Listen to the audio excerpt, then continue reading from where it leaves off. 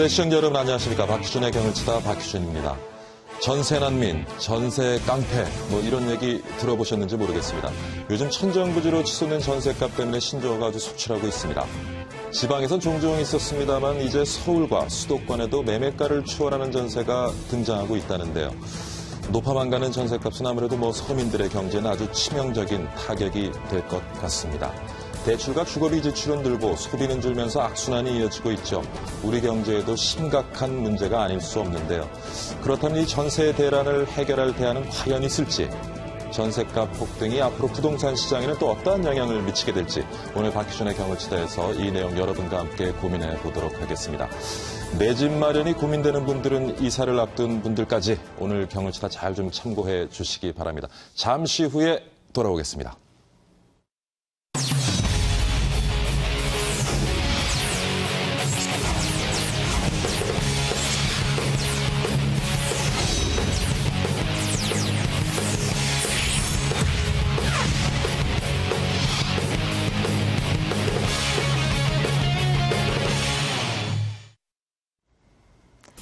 최근 전세가가 끝을 모르게 치솟고 있습니다. 지난 23일 한국감정원이 발표한 자료에 따르면 수도권 아파트 전세는 월간 기준 2012년 9월 이후 지난 8월까지 36개월간 쉬지 않고 올랐는데요.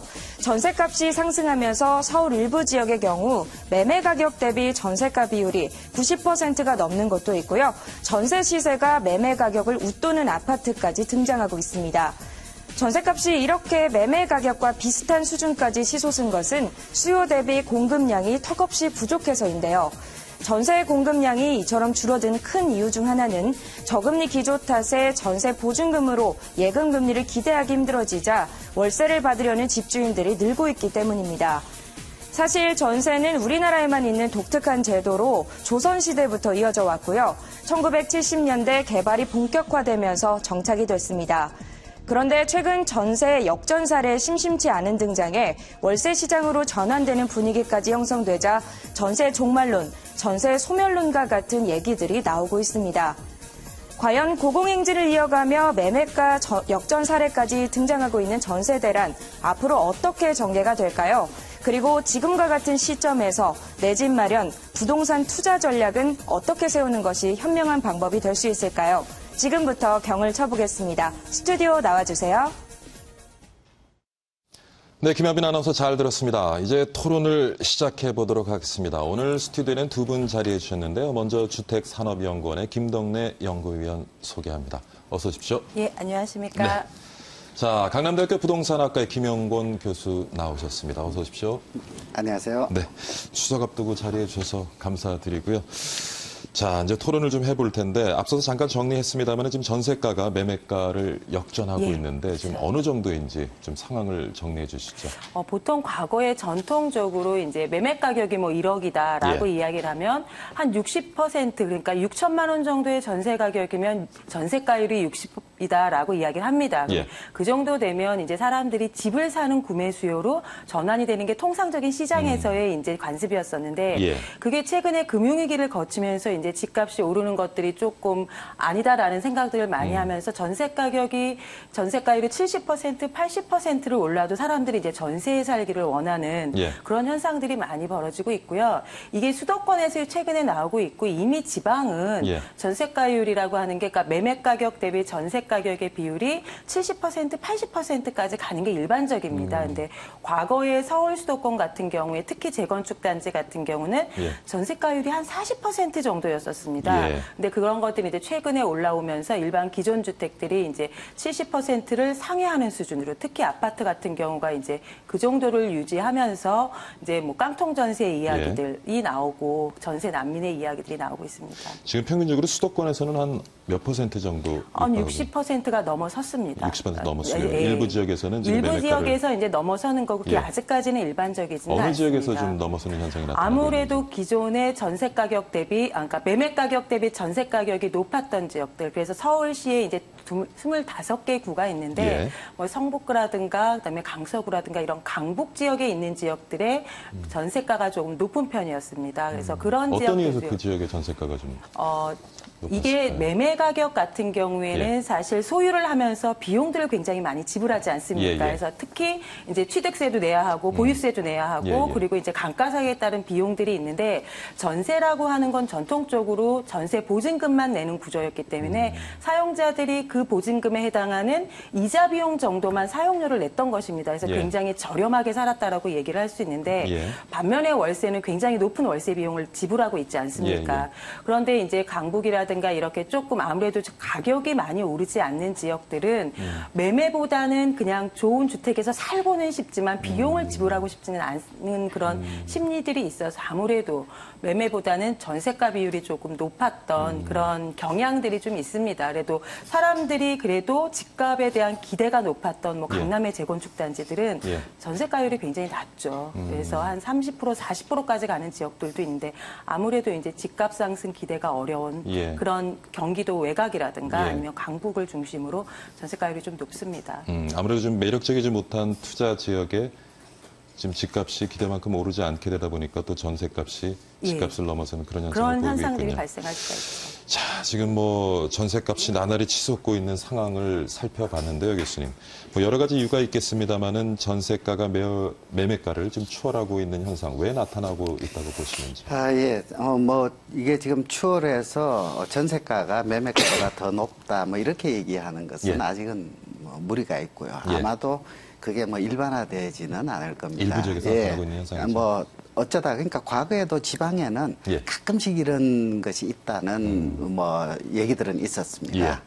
근데 지금 기본적으로 아까 우리 김 의원님께서 말씀을 하셨듯이 그런 지역들 같은 경우에는 기본적으로 일단 물가가 쌉니다. 예. 예, 그러다 보니까 뭐 신혼부부라든지 또는 좀 아무래도 좀 소득이 예.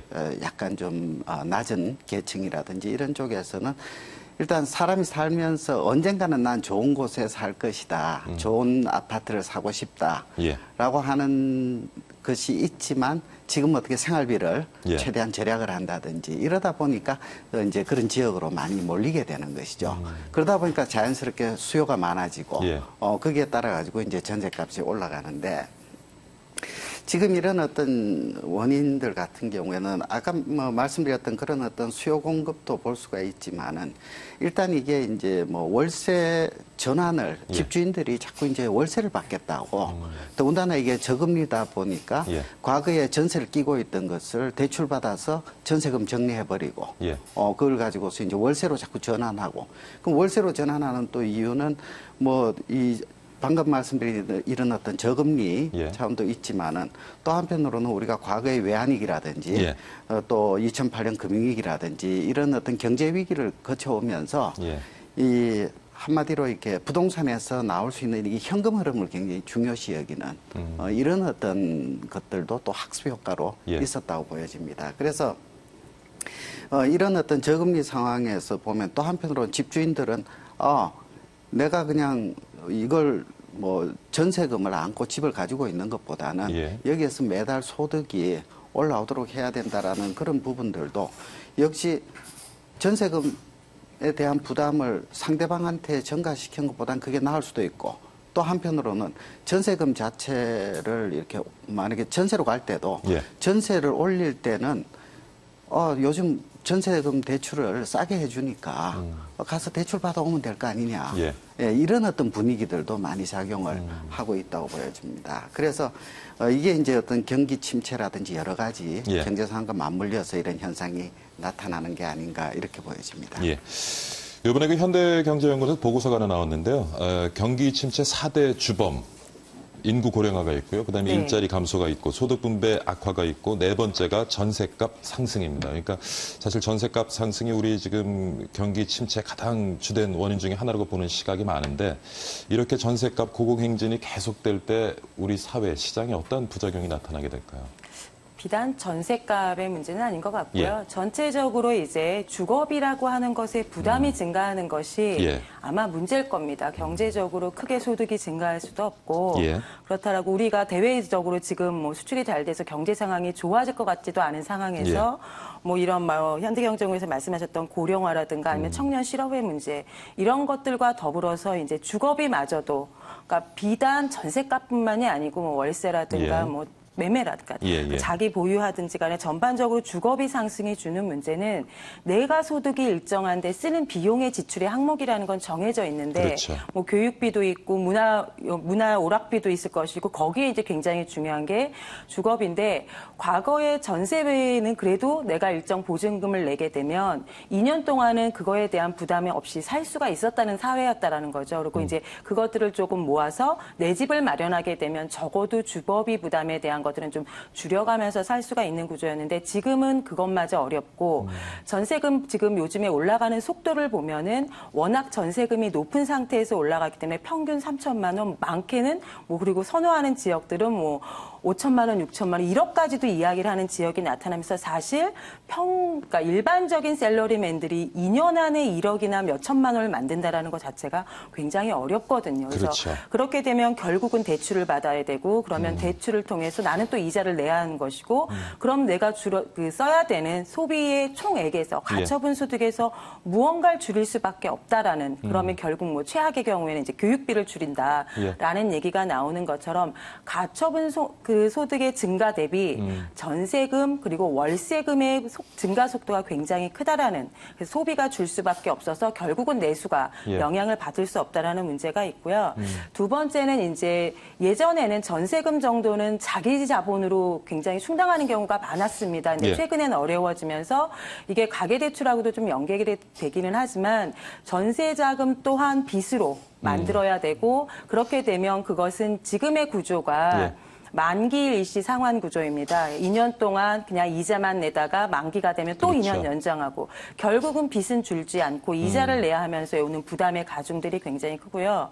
전세는 월세 시장과 같이 연동이 되는 부분들이 있는데 아직까지 월세는 큰 폭으로 오르고 있지는 않습니다. 평균적으로 우리나라는 60만 원 정도의 월세를 낸다라고 보는데 상승폭이 전세의 상승폭만큼 크지는 않습니다. 그게 그동안에 이제 월세 수요보다는 공급이 많았기 때문에 나타나는 그렇죠. 현상인데 전세금이 올라서 전세가 월세로 돌게 되면 결국 월세도 오를 수밖에 없는 구조거든요. 그래서 그렇겠죠. 전반적으로 임차에 대한 그 부담 자체가 증가할 수밖에 없어서 서민 중산층은 더 어려워질 수 있죠. 그게 지금 문제입니다. OECD 국가 중에 소득 대비 주거 비용 우리가 어느 정도 높은 편입니까?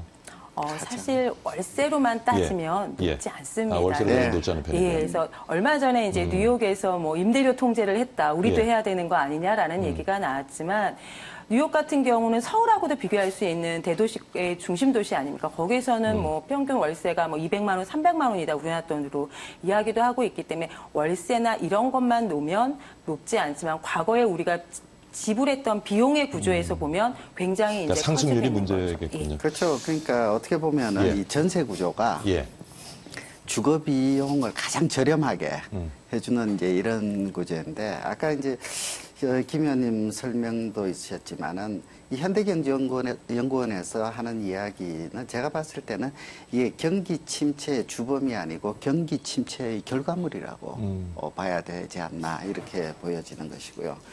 이런 것들이 결국 어떻게 보면 이 전세 물량이 자꾸 축소돼 나감으로 해서 발생되고 거기에다가 이게 이제 경제 상황까지 좋지 않다 보니까 소득은 늘어나지 않고 아까 말씀드렸던 것처럼 뭐 일반 생활자들이 그 몇 천만 원, 뭐 몇 억까지는 가지 않더, 억대까지는 가지 않더라도 몇 천만 원을 마련한다는 게 어렵다 보니까 이게 계속 누적돼서 나오는 그런 현상이라고 볼 수 있지 않나 싶습니다. 근데 이제 아까도 지적을 하셨지만 이 전세 자금 대출이 좀 문제인 것 같아요. 지난 이제 5년간 전세 자금 대출이 9배 폭증했다는 여기 통계가 있는데 6대 은행을 들여다보니까 2010년에요. 2조 281억 원이 든 것이 2015년 8월 기준입니다. 18조 4,925억 원. 굉장히 빠르게 아주 급속하게 증가한 것 같은데 지금 뭐 1,100조에 이르는 가계대출 그 중에 또 차지하는 많은 부분이 바로 이 부동산과 또 연계가 된 것인데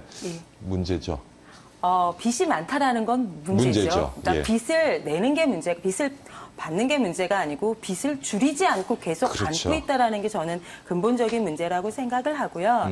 그러니까 우리나라 지금 가계대출이 한 1,070조 정도 이제 예, 2분기 예. 기준으로 되는데 그 정도의 사실 전세자금이 가지고 있는 포션은 크다라고 얘기는 할 수 없습니다. 그러니까 1,080조 중에서 한 560조 정도는 주택담보대출입니다. 그래서 예. 주택담보대출의 규모가 굉장히 커서 이제 얘기가 되는데 그중에 일부가 전세자금 대출인데 이것의 문제는 주택담보대출은 집주인이 받아서 집주인의 빚이지만 이 전세보증금이라고 하는 것은 임차인이 임대인한테 준 것이고 예. 그 임차인이 그 전세보증금을 마련하는 곳에 자기 돈일 수도 있지만 은행 돈이 또 있다. 그래서 임차인 입장에서는 일부가 빚을 지고 있다는 게 문제고요. 예.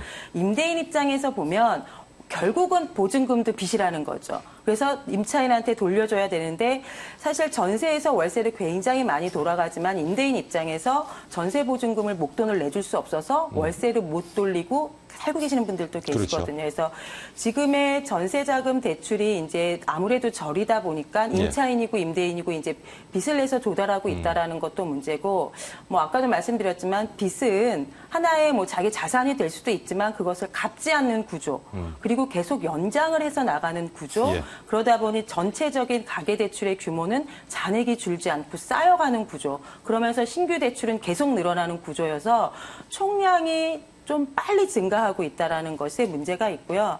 하나는 그러니까 양의 문제도 있지만 예. 구조의 문제가 있는 것 같아요. 그러니까 외국에서는 굉장히 오랜 기간 동안 대출을 받으면 꼬박꼬박 갚으면서 예, 쓰지 예. 않습니까? 근데 우리는 그게 익숙하지 않으니까 이제 금융당국에서도 그걸 개선을 하려고 노력을 하고 있는데 주택담보대출 같은 경우는 이제 고정금리에 그다음에 오랜 기간 동안 상환할 수 있는 구조의 대출을 체질 개선하려고 굉장히 그렇죠. 합니다. 근데 아직까지 전세자금 대출은 그런 정책들이 아직은 좀 미흡합니다. 좀 원금 상환하는 예. 좀 방법으로 그래서 바꿔야 될 텐데. 그런 부분이 조금 전세자금 대출은 위험하죠. 근데 교수님 이렇게 지금 대출이 늘어나고 있는데 미 네. 연준에서도 뭐 오늘 조간신문에서도 많은 신문에서 다뤘습니다만 연내 미국 금리 인상이 거의 확실시된다 하는 보도들이 나오고 있는데 네. 그렇게 돼서 만약에 우리도 금리를 올려야 하는 어떤 압박을 받게 돼서 금리를 올리게 된다면 참 문제가 심각해질 것 같습니다.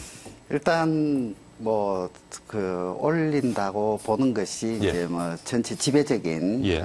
관측인 것 같습니다. 물론 그것도 그때 돼 봐야 할 것 같습니다. 이게 뭐 요번에 금리를 예. 미국 FRB에서도 올리지 못한 것은 중국 문제가 워낙 생각보다 심각하다 보니까 예.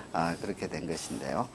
근데 어쨌건 우리가 이제 그런 상황을 맞이했을 때 우리도 뭐 금리를 좀 조정을 하는 상황이 될 수 있겠죠. 예. 그렇지만은 지난번에 그 FRB에서도 얘기를 했지만은 큰 폭으로 올리지는 않는다라는 것이죠. 그렇게 봤을 때는 우선 뭐 내년 정도까지는 우리 부동산 시장에 미치는 영향은 그렇게 크지는 않을 거라고 보여지는 것이죠. 예. 근데 문제는 이게 단계적으로 계속 올려가지고 누적이 됐을 때 2년 후, 3년 후 이렇게 됐을 때가 정말 우리가 그렇죠. 이게 1,100조라는 아주 난감한 상황에 모르겠습니다. 빠지게 된다고 봐야겠습니다. 근데 예. 어쨌건 우리가 주택 같은 경우에 어느 나라든지 그 나라에서 일반 국민들이 주택을 살 때 자기가 가지고 있는 재산 중에 제일 큰 재산이란 말이에요. 예. 그러니까 대출에 의존을 하지 않을 수는 없는 것이거든요. 그러니까 뭐 대출 규모가 늘어날 수도 있고 줄어들 수도 있다 이거죠. 그런데 문제는 우리가 일자리가 자꾸 창출돼 나가고 예. 그다음에 일자리의 안정성이 확보되면서 소득이 늘어나 준다면은 다소 뭐 부채 규모가 늘어난다 손 치더라도 뭐 감당을 해낸다고 봐야겠죠. 근데 지금 그게 되지 않다 보니까 거기다 이런 어떤 대외 환경의 리스크까지 가해져서 상당히 우리가 준비는 뭐 잘 해야 되지 않겠나 이렇게 보여집니다. 아까 말씀하신 대로 좀 이렇게 물론 이제 뭐 부채가 없을 수는 없겠습니다만은 좀 원금 상환하는 방식으로 좀 이게 바뀌어져 가야 되지 않을까 싶기도 하고요. 근데 박사님 지금 전셋값 고공행진을 하고 있는데 네. 굉장히 어려운 질문이면 언제까지 이어질 것으로 보세요? 저희가 전망을 하면서 좀 예측을 하는 건 과거에 보면 아무래도 물량이 많으면 가격은 조정이 됩니다. 예. 그런데 입주 물량이라고 해서 아파트가 이제 분양하는 시기 말고 분양을 하고 나서 한 2년 반이나 있으면 이제 입주를 하는 시기가 돼서 물량들이 나오면 그 지역의 전세 가격은 좀 조정이 돼서 안정화가 되는데 예전에 저희 서울에서 잠실 쪽에 굉장히 많은 물량들이 쏟아져 나오면서 역전세라고 해서 오히려 전세 가격이 내려가는 현상이 있었고요. 그리고 지금 세종시는 물량들이 굉장히 많아서 전세 가격이 오히려 내려가는 지역입니다. 이런 것처럼 입주 물량이 조금 많아질 수 있는 시점에 전세 가격은 조금 그래도 조정이 될 수 있을 것이다라고 예측을 하는데 그 시점이 지금 분양하는 물량들이 나올 만할 때가 하니까 내년이 지나서 한 17년 정도 되면 물량이 많아지기 때문에 아무래도 조금 지금의 상승폭보다는 조금 둔화될 수 있을 것이다라고 보고 있습니다. 지금 전세 언젠가는 시장에서 사라지겠죠. 어떻게 보세요? 뭐 완전히 사라진다고 보기는 지금 우리나라만 있는 어렵고요. 예, 그러니까 뭐 이게 거의 뭐 600년 넘는 역사를 가지고 어떻게 보면 한편으로는 이게 우리 고유의 어떤 부동산 금융이라고 볼 수 있는 것이죠. 이제 이런 이게 어떤 일종의 뭐 담보 성격도 있으면서 아주 특수한 이 채권 채무 관계를 가지고 있다고 봐야 되는데요. 이게 우리가 일단 월세로 가는 그 대세는 분명하다고 봐야 되는 것이고 하지만은 지금 전세가 사라지지는 않더라도 물량이 이렇게 나와줄 때는 거기에는 일부라도 전세에 대한 어떤 공급들이 이루어지는 것들은 있단 말이죠. 그런데 우리가 지방 같은 경우에는 큰 문제가 되지는 않을 것 같습니다. 이 공급이 계속 돼주면서 조정이 되기도 하고 문제는 항상 이게 우리 주택 문제는 지금까지 보면 항상 이 서울 수도권이 문제였던 것이죠. 근데 이 서울 수도권의 전세난이 점점점 심각해진다는 것은 이게 파급을 미치는 그 영향들이 상당히 이렇게 전국적으로 넓혀갈 이제 그럴 위험성이 있다는 것으로 봐야 되는 것이기 때문에 어쨌든 이 전세값이 뭐 올라가든 내려가든 우리 전세는 적어도 아마 우리 뭐 단정적으로 말씀드릴 수는 없지만은 예를 들어서 뭐 시중 금리 우리 뭐 정기예금 금리가 과거처럼 한 5, 6%씩 된다든지 한 이런 상황이 오지 않는다 하면은 거의 이제 자꾸 축소돼가는 그런 상황으로 봐야 되지 않을까 싶습니다.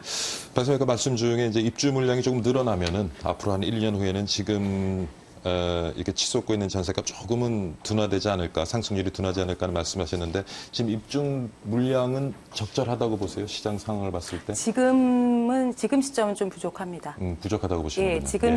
지금 입주 물량이 충분하려면 2, 3년 전에 분양을 했어야 됩니다. 그런데 2, 3년 전이라고 하면 12년 그때 서울 경기 인근에 그 금융위기 재정위기 여파로 굉장히 경기가 안 좋았을 때고 그때 같은 경우에는 이제 서울시와 경기도에서 역점적으로 추진했던 뉴타운들이 막 해제되고 있던 타임이었습니다. 그래서 분양 물량들이 굉장히 적었고요. 그것의 영향으로 중공 물량이 올해 이제 전체적으로 주택 시장이 호황이다라는 표현들을 쓰는데 공급의 인허가 물량, 그다음에 뭐 중공 물량들은 그 분양 물량들은 굉장히 많이 작년 대비 늘어나고 있는데 중공 물량은 오히려 줄고 있습니다. 그것이 이제 분양 물량이 작았기 때문에 그래서 올해 같은 경우에는 특히 서울은 더 조금 어려울 수도 있죠. 물량이. 나날이 치솟고 있는 전세가 이제는 뭐 매매가를 추월하고 있는데요. 최근 와서 우리 부동산 시장 어떻게 전개되고 있는지 살펴보고 있습니다. 잠시 쉬어가도록 하겠습니다. 지금 1시 24분 33초 지나고 있는데요. 이 시간 증시 어떻게 흘러가고 있는지 시황센터 연결해서 살펴보고 가겠습니다. 시황센터 나와주십시오. 내일경제TV 시황센터입니다. 제니 옐런 의장의 연설로 인해 미국의 연내 금리 인상 가능성이 다시금 재부각이 되고 있습니다. 정확한 시점은 10월과 12월을 놓고 금융시장은 다시금 불안 심리가 높아지는 모습이고요. 달러 강세로 인해 오늘 원달러 환율은 1190원대 중반에서 상승권을 이어가고 있습니다. 오늘 국내 증시는 소폭 상승으로 출발이 됐지만 이내 하락으로 전환한 이후 현 구간에서도 내림세를 기록을 하고 있고요. 코스피 지수는 현재 구간에서 전거래일보다 0. 0.63% 하락을 하며 지수 1934.85포인트를 기록을 하고 있습니다. 유가증권 시장의 수급적인 부분 들여다보겠습니다. 오늘 외국인이 코스피 시장 안에서 5거래일째 팔자세를 나타내고 있습니다. 이 환율 급등으로 인해서 이 환차익을 노린 외국인들의 매도 물량은 시장 안에서 지속적으로 출회가 되고 있습니다. 현재 구간 1,491억 원의 매도 우위 집계가 되고 있고요. 이 장 초반만 하더라도 코스피 시장 안에서 매수세를 보였던 기관마저 매도로 돌아서면서 지수 하방 압력을 가하고 있는 상황입니다. 현재 구간에서 기관이 305억 원의 매도 우위를 나타내고 있습니다. 코스닥 시장으로 가보시죠. 역시나 낙폭이 큰 상황입니다. 1%에 가까운 하락세를 나타내고 있고요. 현재 코스닥 지수는 전거래일보다 0.89% 내림세를 보이며 지수 677.76포인트를 지나가고 있습니다. 코스닥 시장의 수급적인 부분 들여다보겠습니다. 전일과는 조금 다른 분위기가 연출이 되고 있죠. 외국인과 기관의 동반 매도 물량이 출회가 되고 있습니다. 최근에 코스닥 시장 안에서 기관은 지속적으로 물량을 팔아치우고 있는데요. 현재 구간에서는 450억 원의 매도 우위 집계가 되고 있고요. 외국인이 323억 원의 팔자세를 나타내고 있습니다. 이번에는 코스피 시가총액 상위 종목들 분위기 알아보도록 하겠습니다. 삼성전자 1%대 내림세를 나타내고 있습니다. 현재 주가는 111만 1,000원에 거래가 되고 있고요. 오늘 현대차 강세 흐름이 연출이 되고 있죠. 현대차 그룹주들 동반 오름 세션이 되고 있습니다. 전일 현대차 그룹의 정의선 부회장이 현대중공업이 보유하고 있는 현대차의 지분을 매입했다라는 소식이 전해졌습니다. 이번 지분 매입으로 인해서 현대차 그룹의 지배 구조가 변화될 것으로 현재 시장은 내다보고 있고요. 의미하는 바가 상당히 크다라고 시장은 분석을 하고 있습니다. 현재 구간 현대차가 2%대 오름세를 나타내고 있습니다. 주가는 16만 2천 원에 거래가 되고 있고요. 한국전력도 강박권을 유지를 하고 있습니다. 현재 주가는 48,950원에 거래가 되고 있습니다. 삼성물산이 2%대로 밀리고 있고요. SK하이닉스가 현재 반등에 성공을 했습니다. 오늘 장중 내내 등락을 거듭하는 모습이었는데 현재 구간 전거래일보다 0.74% 오르며 주가는 34,100원에 거래가 되고 있습니다. 다음은 코스닥 시가총액 상위 종목들을 짚어보겠습니다. 모든 종목군들이 내림세를 기록을 하고 있습니다. 장 초반만 하더라도 셀트리온이 외국계 증권사를 통한 매수세가 유입이 되면서 상승권을 유지하는 모습이었지만 역시나 하락으로 전환이 됐고요. 현재 주가는 7만 100원에 거래가 되고 있습니다.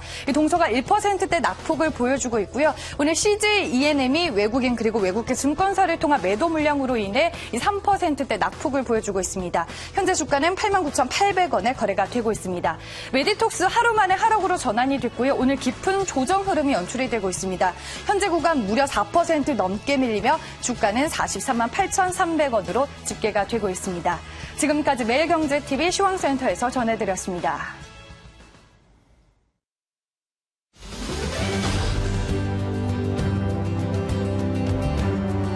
대한민국 자전거의 새 미래를 연다. 단 한 번의 시선으로 모든 가치를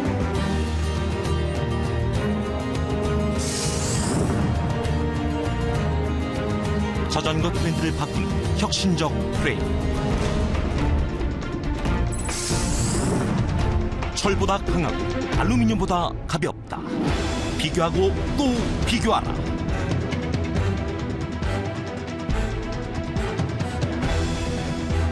강하면서 가벼운 나노카본 프레임. 대한민국 자전거의 자존심. 나노카본 바이크. 메이드 인 코리아. 위아 윗스. 네, 토론 계속 이어가도록 하겠습니다. 교수님, 최근 이제 인천에서 기업형 임대주택 뉴스테이로 착공식을 가졌는데 뭐 어떻게 보세요? 미국 같은 경우에 사실 아파트라고 하면은 사실 이런 기업형 임대주택인 경우가 많잖아요. 지금 우리나라 그렇죠. 아파트 개념은 사실 미국에서 이제 콘도미니엄이라고 얘기를 하고. 그래서 이제 어떻게 보면 미국의 그런 어떤 주택 공급 제도 같은 것이 한국에 좀 소개되면서 정착되지 않을까 하는 생각도 있는데 교수님 어떻게 보십니까? 실제 이 기업형 임대주택, 우리가 이제 기업형이라고 하지만은 예. 뭐 임대주택 이 지어졌을 때 그 단지 전체가 예. 장기 내지는 어떤 영구임대 예. 주택 형태로 돼서 그게 이제 시장에서 투자자들에게 단지 통째로 이렇게 사고 팔리는 예. 뭐 이런 어떤 형태들인데 우리 같은 경우에 이제 이게 정확하게 얘기하면 이건 이제 서민 중심의 어떤 주택이라고 볼 수는 없는 것이고요. 이제 중산층을 대상으로 해서 좀 예. 장기간 뭐 임대를 예. 해서 살 수 있는 그런 말하자면 좀 품질이 좋은 예. 이런 어떤 주택이라고 볼 수가 있겠죠. 그러니까 근데 이게 어차피 이게 월세란 말이에요. 예. 보증부 월세죠. 그렇죠. 월세이기 때문에 지금 당장에 또 이런 문제 있죠. 아까 설명하셨듯이 어차피 공급되는 데까지 어떤 시간 차이도 예. 생각을 해야 되고 또 그 시간도 시간이지만은 이게 월세이다 보니까 어떤 전세난을 해결하는 데는 좀 한계가 있지 않나 이런 생각이고요. 그렇지만은 또 어차피 필요는 하다 이거죠. 예. 이런 부분들이 필요는 한데 우리가 한번 짚어봐야 될 부분들을 좀 보면은 한 3가지 정도 뭐 우리가 한번 생각을 해볼 수가 있는데 이게 이제 개발 초기 단계다 보니까 한 2, 3년 후에 이제 공급이 이루어지는 것이죠. 예. 그러면 지금 현재 제시되어 있는 임대료 수준 자체가 그 시점이 되어서 과연 경쟁력을 계속 유지할 수 있을 것인가라는 것도 한번 생각을 해봐야 될 것이고요. 만약에 그게 경쟁력을 잃어버린다면은 그러면 이건 사업자 입장에서는 그러면 일반 분양으로 가야 되느냐라는 이런 어떤 문제가 또 생기게 될 수 있는 것이죠. 그 다음에 두 번째로 이게 이제 임대료에 대한 문제입니다. 이게 지금 현재 소개된 것으로는 이제 시작된 것으로는 이제 인천에 예. 도화지구인가요? 이제 거기가 이제 첫 번째 것인데 예. 서울에도 여러 군데 이게 준비가 되고 있죠. 근데 서울 같은 경우에 임대료가 사실 뭐 낮게는 한 100만 원에서 높게는 거의 한 190만 원, 예. 뭐 한 이런 정도 수준까지 이게 돼 있는데 더군다나 우리나라의 어떤 사교육 현황이라든지 이런 것들로 봤을 때 과연 소득 한 8분위 이상은 돼야지 이 임대료를 감당해낼 수 있지 않을까. 예. 그렇게 봤을 때는 과연 그 계층을 우리가 중산층으로 봐야 될 것인지 또 한편으로는 그 정도 계층 같으면 이미 주택을 가지고 있지 않겠나. 예. 이런 어떤 우리가 상식선에서 예. 또 한번 생각을 해볼 수 있는 것이기 때문에 이 임대료에 대한 부분들을 다시 한번 또 생각을 해봐야 될 것이고 마지막으로 최근에 그 국토부에서 이런 뭐 주택 시장에 대해 가지고 이제 뭐 조사를 한 게 나온 게 있더라고요. 이제 그런 걸 보면은 이 뉴스테이에 대한 것도 거기 항목에 들어 있었습니다. 예. 거기에서 보면은 대상자들이 그러니까 조사 대상자들의 한 45% 정도가 이미 이런 데 대한 인식과 그 입주 의향을 다 밝히고 예. 있더라는 것이죠. 그런데 문제는 자, 첫 번째로 이 수요자들이 가장 첫 번째로 꼽는 것은 이제 대중교통이라는 것이죠. 대중교통을 첫 번째로 꼽지만 그 다음번에서는 20대는 좀 없는 것이고 30대는 그 교육 여건을 첫 번째로 꼽고요. 예. 그다음에 40대는 편의시설, 50대는 자연환경. 예. 이렇게 이제 나눠져 버리는. 그러면 이건 뉴스테이뿐만 아니라 우리가 임대주택 전반에 대해서도 이런 부분들이 반영이 돼야 되는데 그게 제가 볼 때는 좀 해결하기가 어렵지 않나 이렇게 보여지는 지금 어떤 것입니다. 전세 나누려는 서민주택 문제 해결하기는 조금 효과는 제한적일 것이다라고 보시는 것 같아요. 그렇습니다. 근데 박사님, 근데 사실 제가 앞서도 말씀을 드렸으면 미국 같은 경우로 보면 보통 한 20년, 30년 분할 상환 대출을 해서 네. 주택을 구입을 한다든가 네. 아니면은 사실 기업형 임대 예. 주택에 이제 월세를 내고 주거하는 예. 그런 형태로 이루어져 있는데 네. 결국 우리도 그렇게 가지 않겠어요? 지금 예. 월세 같은 경우는 사실 개인이 소유한 주택, 그죠?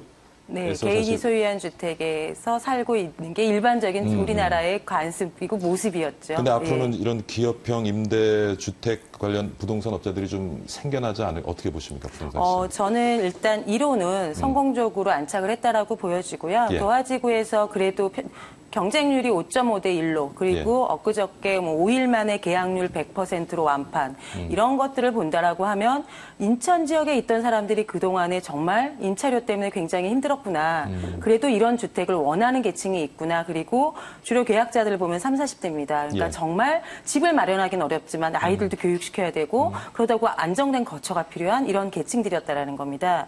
그런 의미에서 본다라고 하면 정부가 지금까지 차원에서 했던 보금자리 주택이라든가 국민임대라든가 이런 예. 거는 정말 소득 분위기가 낮은 3, 4분위 이하의 층들을 위한 그런 공공주택이라고 하면 정부가 재정에 한정이 있다는 건 너무나 다들 잘 아시고요. 그래서 5분위, 6분위, 7분위 정도에 있는 중산층의 분들을 위해서는 주택을 공급하기가 너무 어렵다라는 겁니다. 그렇죠. 그래서 그동안은 자금을 지원을 했지만 이런 뉴스테이가 이제 앞으로 지속화된다라고 하면 그분들을 위한 그래도 8년을 안정적으로 살 수 있는 주택이 나오기 때문에 저는 가는 것이 맞다. 그리고 부족한 부분이 있으면 채워서 가는 것이 맞다라고 보여지고요. 서울시에서 전세 민들을 조금 예. 전세 임차인들을 위해서 나왔던 정책 중에 하나가 쉬프트라는 게 있습니다. 장기 전세 주택이라고 해서 20년을 살 수 있게끔 보장해 줬습니다. 그래서 거기는 평형도 굉장히 넓습니다. 30평, 40평대까지 있었는데 예. 거기가 굉장히 인기리에 수요자들이 원했다라는 거죠. 그래서 정부는 좀 못 살고 저소득이고 이런 계층들을 위해서 공공임대를 공급한다라면 정부는 지원을 해주고 그리고 민간의 민간 자본을 사업자들이, 할 수 예. 있는 이런 기업형 민간임대 같은 경우는 굉장히 필요한 정책이라고 보여집니다. 뉴스데이가 좀 잘 자리를 잡으면 우리 좀 부동산 시장의 어떤 패러다임의 변화도 좀 가능할 것 같습니다. 이건 이게 확대돼 나갈수록 예. 우리의 그 주거 패러다임은 예. 상당히 변할 것으로는 보여집니다. 교수님, 근데 요즘 이제 시민단체들이 주장하는 것들이 있거든요. 전월세 상한제라든가 계약갱신 청구권 이런 방안들. 어떻게 보면 굉장히 반시장적으로 보이긴 하는데 워낙 지금 이제 주택시장의 주거 비용이 높고 하니까 이런 얘기들이 나오는 것 같은데 이러한 방법들은 어떤 관점에서 보세요? 글쎄요, 한마디로 오죽 답답하면 이런 얘기가 그렇죠. 나올까, 이렇게 싶습니다. 근데 이게 우리 주택시장이고, 특히 주택에 있어서 그 임대시장에 예. 어떤 직접적인 규제를 가했을 경우에는 성공한 사례보다는 실패한 사례가 훨씬 많다고 볼 수 있습니다. 그래서 지금 이런 얘기들이 나오고는 있지만 예를 들어서 뭐 전월세 상한제라든지 그다음에 계약갱신 청구권이라든지 이런 부분들이 과거에 우리 주택임대차 계약에 있어서 1년 단위를 2년으로 늘렸을 때 그때 한 번 또 곤욕을 치르면서 예. 이 전세금이 폭등을 했던 그리고 뭐 사회적으로 문제도 심각하게 일어나고 했던 이런 부분들이 있습니다. 근데 중요한 것은 자, 그렇게 해서 그럼 했다 이거죠. 그리고 일시적인 고통이 있었다 이거죠. 예. 근데 그 일시적인 고통과 동반하는 것이 임대료 상승이 따라버리는 거죠. 그럼 한 번 올라간 그 임대료가 어떻게 쉽게 떨어질 수 있겠냐는 것이죠. 그다음부터는 상승률에 따라 가지고 누적돼 가다 보면은 결국 그 고통은 소비자에게 올 수밖에 없는 것이죠. 그래서 우리가 이런 어떤 지자체에서 조례로 예. 만들어서 하든 예. 아니면 뭐 정부에서 이런 부분들을 하든 이건 굉장히 조심해야 되는 문제라고 저는 보고 있습니다. 그래서 이런 부분을 물론 뭐 시민단체 입장에서 주장은 할 수 있다고 보여집니다. 예. 주장은 할 수 있다고 보여지지만은 우리가 이 주택 문제를 우선에 당장의 집값의 문제 그다음에 주거비의 문제라는 차원도 있지만은 이 여파 주거의 문제는 주택의 문제는 이게 우리 경제 전체에 파급되는 부분들이 너무 큰 부분들이기 때문에 이런 규제 자체를 함부로 이렇게 꺼내든다든지 하는 것은 안 된다고 보여집니다. 전월세 상한제 박사님 어떻게 근데 어떻게 보면 또 평생 돈 모아서 집 한 채 가지고 그거 사나 갖고 사시는 노인 인구들도 있는데 네. 사실 또 이렇게 전월세 상한제를 걸어버리면, 좀 가져가게 네. 되면 또 굉장히, 다른 예. 피해자들이 또 생겨날 수 있거든요. 저는 매매 시장하고 임차 시장은 좀 달리 봐야 될 것 같아요. 매매 시장은 이해관계자가 집주인밖에 없습니다. 규제를 걸어도 집주인만 받으면 되는데 임차 시장에 어떤 규제가 가게 되면 임차인도 어렵지만 임대인도 어려워진다는 그렇죠. 거고 이 상호관계에서 발생할 수 있는 그 역학관계라는 거는 우리가 예측을 할 수 없다라는 겁니다. 그래서 저는 임차 시장에 어떤 새로운 제도와 정책이 들어올 때는 굉장히 신중해야 하고요. 임차인의 시각에서만 보면 임대인이 피해를 보기 때문에 임대인이 임차를 이제 포기하는 거죠. 그러면 그 피해가 시간이 걸리지만 결국 임차인에게 오는 예. 구조이기 때문에 저는 조심해야 된다라고 보고요. 근본적으로 저는 우리가 아직까지는 자본주의 사회라고 하면 시장 경제에서 많이 벗어나는 그런 제도들이 도입되게 오면 부작용이 많다라는 것들을 조금 생각을 갖고 있고 참 재미있는 일례로 이런 것들을 얘기할 때 많이 하는 게 프랑스의 창문세를 굉장히 얘기 많이 합니다. 그러니까 루이 16세가 너무 돈이 없으니까 창문세를 도입을 해서 창문 개수에 대한 세금을 부과했습니다. 그렇죠. 그 결과는 세금이 많이 거치는 게 아니었잖아요. 창문이 다 없어진 거죠. 이런 것처럼 우리가 지금의 임차 시장을 안정화시키겠다라고 통제를 했을 경우 결국은 부작용에 의해서 임대인이 임차를 포기해버리면 임차인은 집도 없어진다라는 거죠. 그래서 이런 것들이 부작용이 나올 수 있기 때문에 우리가 2007년에 겪었던 분양가 상한제의 그 부작용을 보고 우리가 신중하게 이런 전월세 상한제, 뭐 계약갱신 청구권 이런 것들은 조금 면밀하게 지역에 따라서 달라져야 할 것 같습니다. 이 부분에 대해서는 두 분 다 동의를 하시는 것 같습니다. 교수님, 그래서 전세값이 뭐 자꾸 오르고 있고요. 지금 뭐 전세가가 매매가의 뭐 60-70%에 이르고 있고 죄송합니다. 일부 지역에서는 이제 매매가를 아까 몇 %라고 하셨어요? 2%요? 네, 2%입니다. 예, 2% 정도는 이제 전세가가 결국 매매가를 지금 넘어서고 있다고 하는데 이 시기에 내 집 마련 시기일 것인지. 예, 사실 우리가 전세율이라고 얘기를 하죠. 전세가율.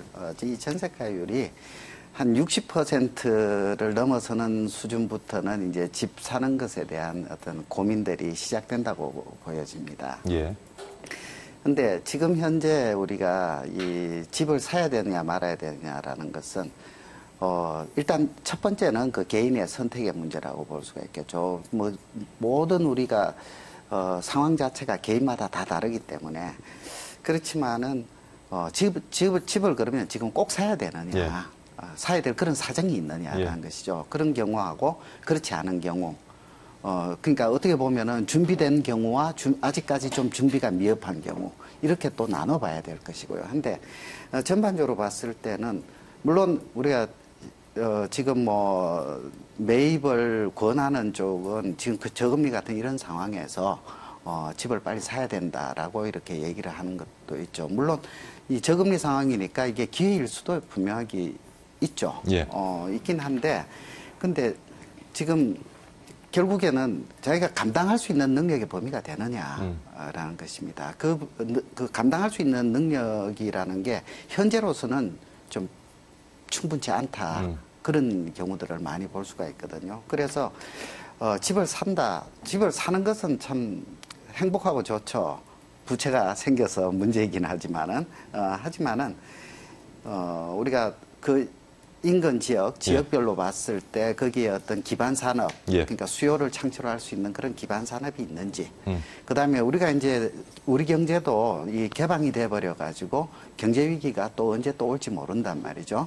그랬을 때 우리 지역은 그러니까 집값이 오를까라는 이런 관점보다는 집값이 만약에 떨어진다 하더라도 내가 감당할 수준이 될까? 다시 말해서 위험에 대한 부분을 먼저 체크해보고 사야 되지 않겠는가. 사라 말아라 이 얘기는 좀 하기 어려운 것 같습니다. 교수님께서는 지금 이제 개인 소득, 그 다음에 금리 관점에서 이제 집을 살 시기인지 시기가 아닌지를 말씀해 주셨는데 그래도 궁금한 거는 사실 앞으로 집값이 좀 오를지 떨어질지 아니겠어요?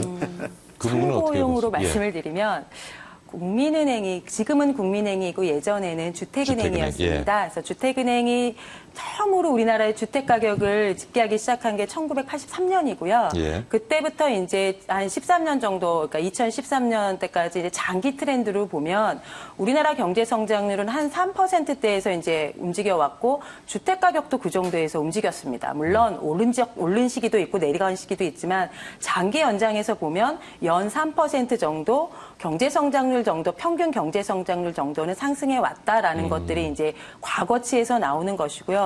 그때는 고성장이었으니까 가능하겠지만 이제 앞으로는 저성장 시대로 들어간다라고 하면 뭐 외국에 뭐 미국도 마찬가지고 일본, 뭐 이태리 이런 쪽에서 보면 물론 가격의 등락의 시점은 있지만 추세로 본다라고 하면 그래도 물가 상승률이라고 하는 것들 뭐 3%에서 플러스 마이너스 1 정도는 해서 상승을 했다라는 겁니다. 그래서 저희가 일반적으로 학계에서 얘기할 때 과거에 그 정도 상승해 왔고 앞으로도 2% 내외에서는 장기적으로 보면 상승할 것이다라고 이야기를 하고 있는데 그 이후에는 일단 경제 규모가 커지고 소득도 올라가고 기본적인 원자재 가격들이 올라가는 데 있어서 집값만 떨어지면 경제적으로 굉장히 이상한 거 아닙니까? 그래서 그 정도의 실질 가격 자체가 그 지금의 금융위기에서 겪었던 것처럼의 마이너스의 시장에 오래가는 이런 것들에는 사이클에 따라서 움직인다라고 보고 있습니다. 그래서 저는 지금 이 시점은 예. 자기의 나이, 예. 그리고 그다음에 내가 가지고 있는 순자산, 그리고 소득을 고려해서 선택을 하는 게 맞다라고 보여지는데 저는 20대 초반에 집 사겠다라고 하시는 분들한테는 권하지 않아요. 그분들은 그냥 오피스텔 좋은 데 가서 월세 사시면 맞아요. 근데 30대 이제 중반에 결혼을 해서 40대 초반에 그리고 이제 신혼으로 살다가 아이가 계신 분들 같은 경우에는 저는 고민을 해봐야 될 것 같아요. 그래서 내가 최초 주택으로 집을 살 것인지 아니면 내가 이미 집이 있는 상태에서 주거 이동을 목적으로 살 것인지에 따라서 달라져야 되고요. 포트폴리오가 지금 서울의 아파트의 평균 중위 가격이 그러니까 쭉 세웠을 때 중간의 아파트 가격이 평균 5억입니다. 그래서 내가 5억의 자금이 있어야지 집을 중간 가격을 사는데 적어도 내가 지금 전세가율이 60 정도로이기 때문에 3억 정도의 전세금에서 가지고 전세에서 살고 있다라고 하시는 분들은 저는 고민하시는 게 맞다라고 보고요. 그럼 3억 정도의 나의 자본이 있고 2억 정도를 대출을 받으면 되는데 이것들을 현재 금리를 따져보면 1년에 한 500에서 600 정도 내가 이자를 내야 되는 겁니다. 그래서 그럴 정도가 내 소득에서 나올 수 있는지 예. 이런 것들을 좀 따져서 사실 수 있으면 사시는 게 저는 지금 타임이 아주 좋다고 알겠습니다. 봅니다. 자, 교수님, 전세 가격이 높아지다 보니까 아무래도 이제 그 깡통 전세에 대한 우려가 참 많이 있거든요. 이거 좀 대비를 해야 되겠죠?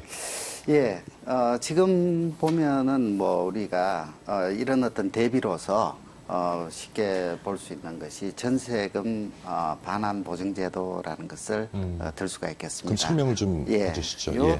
전세금이라는 것, 전세금 반환 보증이라는 것이 결국에 집주인에게 문제가 생겼을 때 그 전세금을 못 받거나 또 일부밖에 못 돌려받는 이런 상황이 되었을 때라도 세입자가 전세금을 안전하게 돌려받을 수 있는 이런 그러니까 돌려받을 수 있도록 한마디로 보증을 받는 것이죠.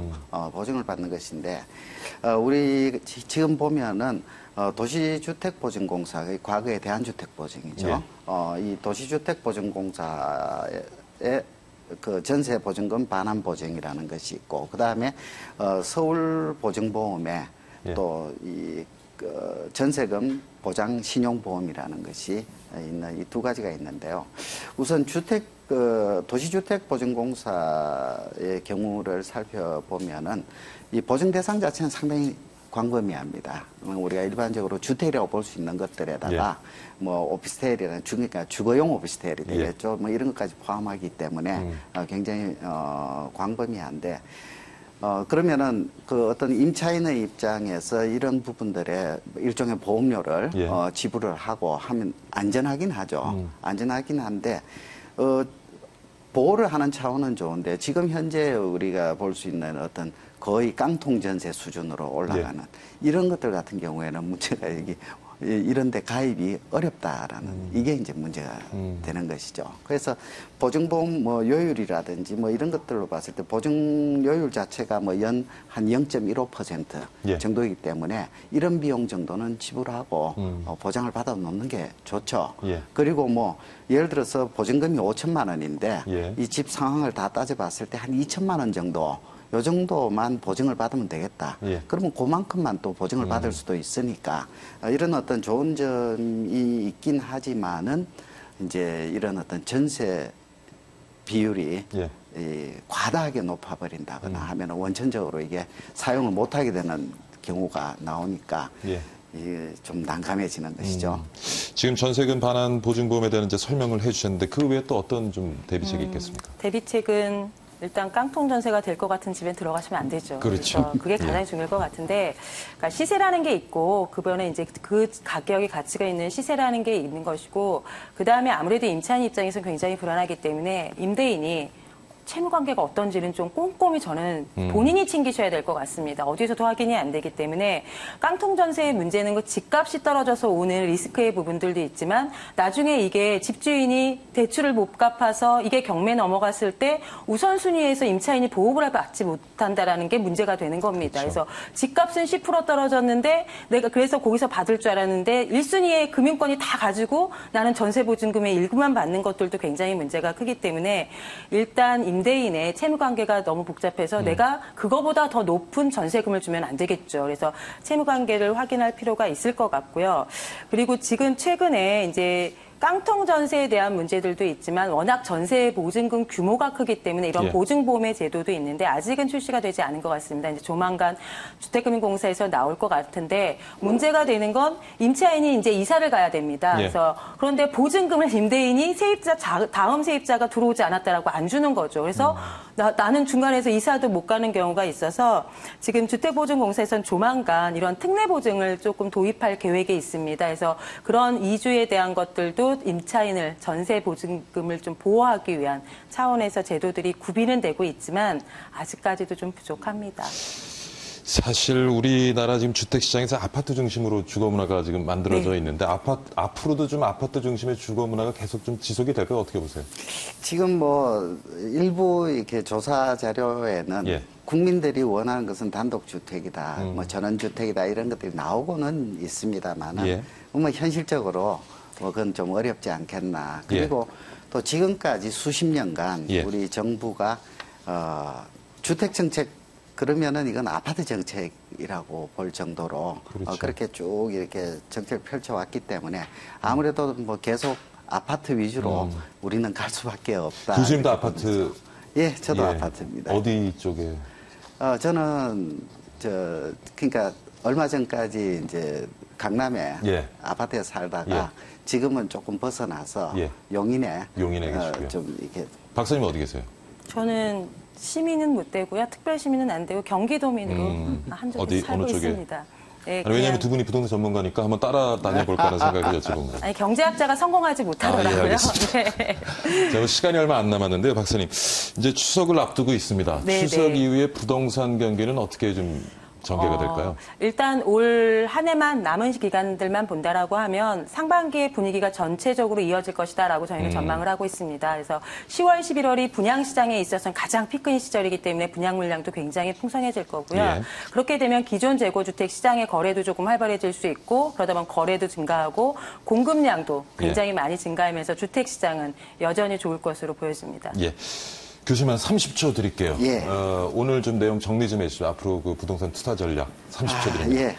일단 이게 이제 지역별로 편차는 더 커지리라고 보여집니다. 예. 그렇기 때문에 아까 말씀드렸지 우리가 중장기적인 과거에 중장기간에 있어서 아파트 가격이 그 지역에 따라서는 경제 충격으로 인해서 많이 떨어졌던 지역도 있고 적게 떨어졌던 지역들도 있는 예. 것이죠. 그러니까 수요자들 입장에서는 이제 이런 부분들을 충분히 잘 감안하는 것이 좋겠다 이렇게 말씀드릴 수 있겠습니다. 자, 오늘 뭐 전세 시장을 중심으로요. 앞으로 우리 부동산 시장 어떻게 전개될지 좀 살펴봤습니다. 오늘 주택산업연구원의 김덕래 연구위원 나오셨고요. 그리고 강남대학교 부동산학과의 김영곤 교수 나오셨습니다. 두 분과 함께 했습니다. 오늘 많이 배웠습니다. 예, 말씀 감사합니다. 감사합니다. 수고했습니다. 네, 오늘 토론을 보고 나면 집을 살 것인지 말 것인지 뭔가 부동산 투자에 대한 뭐 생각이 좀 명확해질 것 같았는데 사실 또 듣고 보니까 선택은 더 어려워진 거 아닌가, 결국 내 몫이 아닌가 하는 생각이 또 드네요. 여러분은 어떠셨습니까? 분명한 것은 부동산 시장이 이제 전세의 종말을 향하고 있다는 점일 텐데요. 집은 이제 뭐 사는 것이 아니라 단지 사는 곳으로 좀 인식이 바뀌어야 하지 않을까 생각해 보기도 했습니다. 또 부동산 시장이 겪어갈 변화라면 그 충격을 최소화할 대책도 빨리 마련해야겠죠. 자, 오늘은 여기서 줄이겠습니다. 추석 잘 보내시고요. 저는 다음 주에 다시 건강한 모습으로 찾아뵙겠습니다. 시청해주신 여러분 감사드립니다.